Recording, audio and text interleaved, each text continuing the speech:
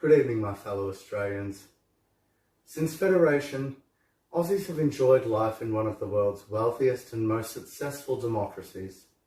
For more than a century, our nation has grown, our people have prospered, and our thriving multicultural community was nurtured and flourished.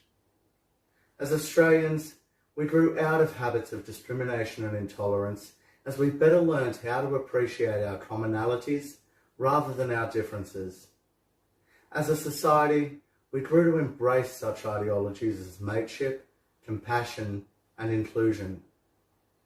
But as I speak tonight, our great progression has been rendered stagnant.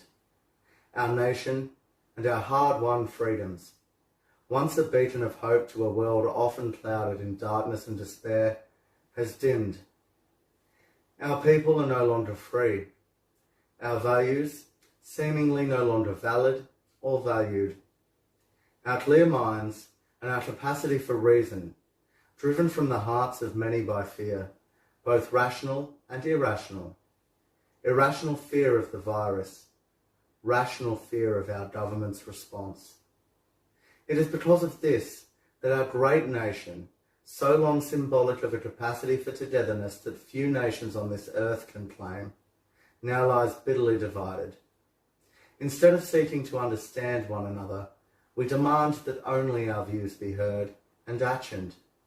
Instead of seeking to reach compromise or to find common ground, we insist that our solutions are the only solutions, blind to all flaws, and to the detriment of many of those who call or called our nation home.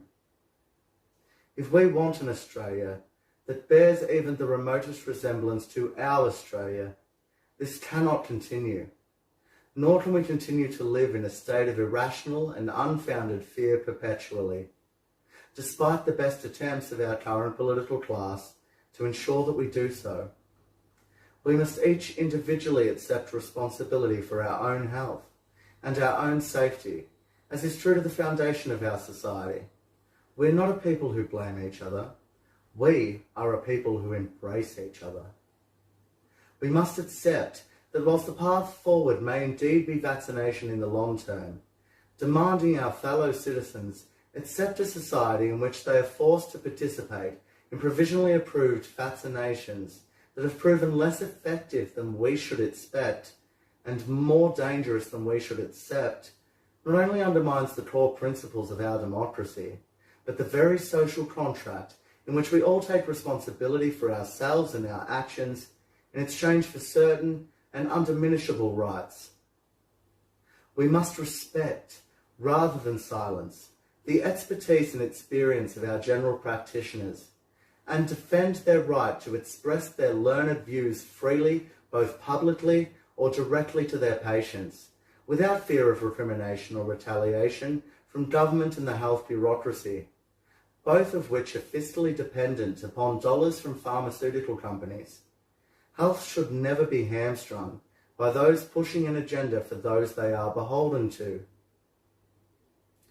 To our politicians, please understand clearly that our freedom is not for sale, it is not for trade, and it is not for negotiation.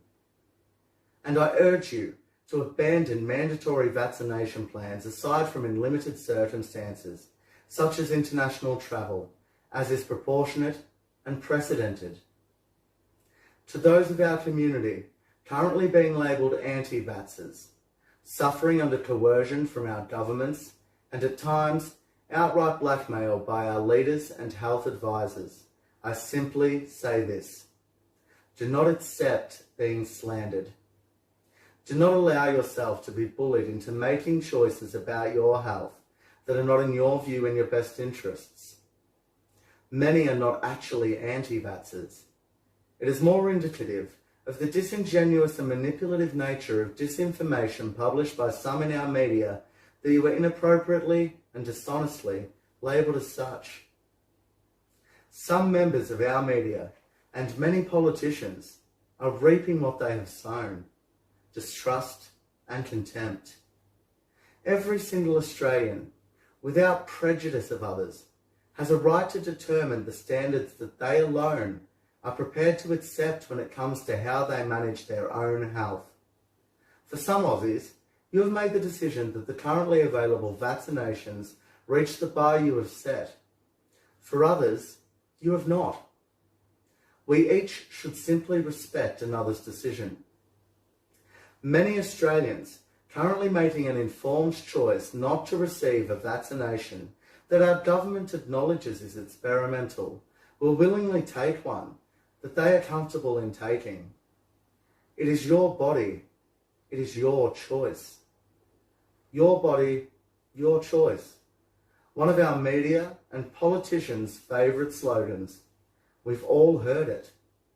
It's certainly their position when it suits them.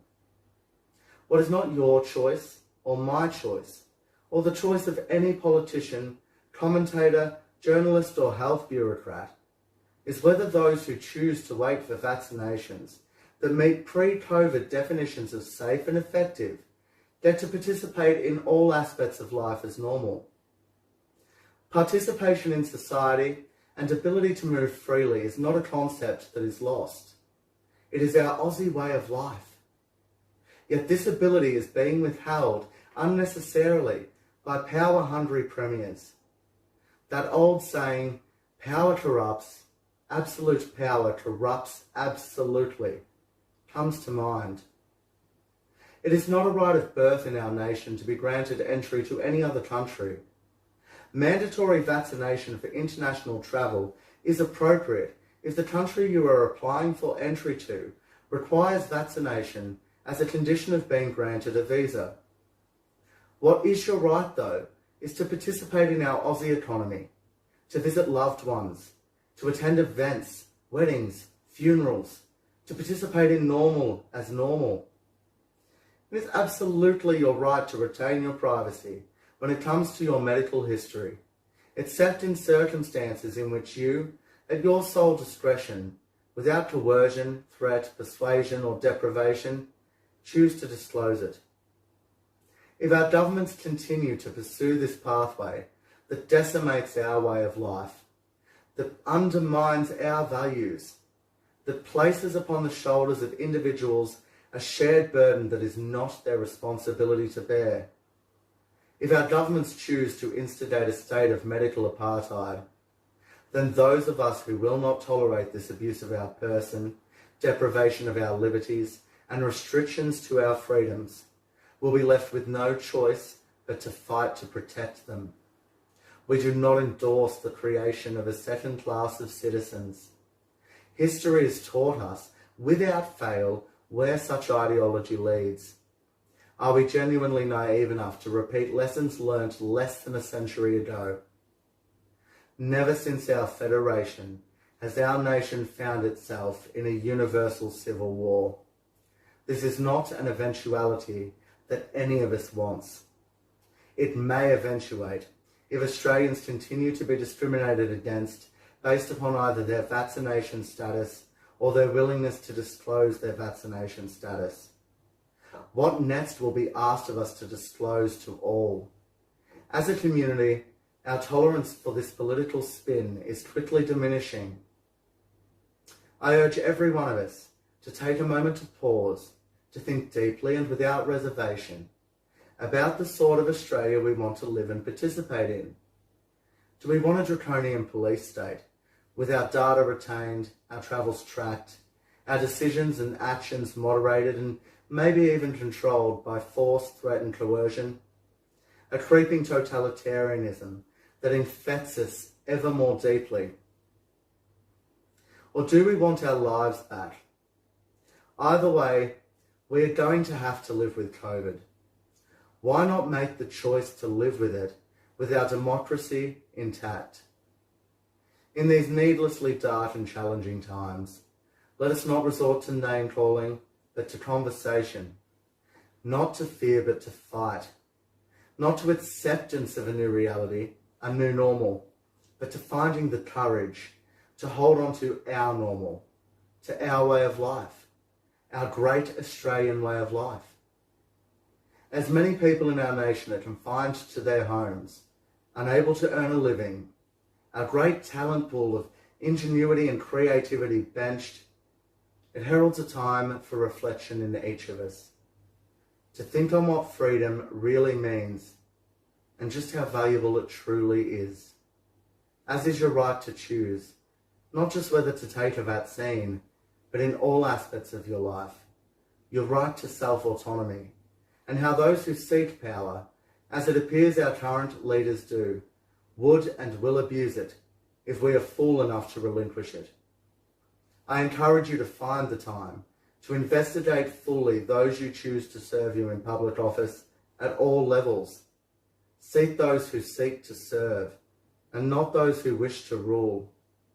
Tonight, as we exist as 7 disparate states and territories, separated by fear and political gamesmanship, many of us adrift, lost, and with little left in the tank to give.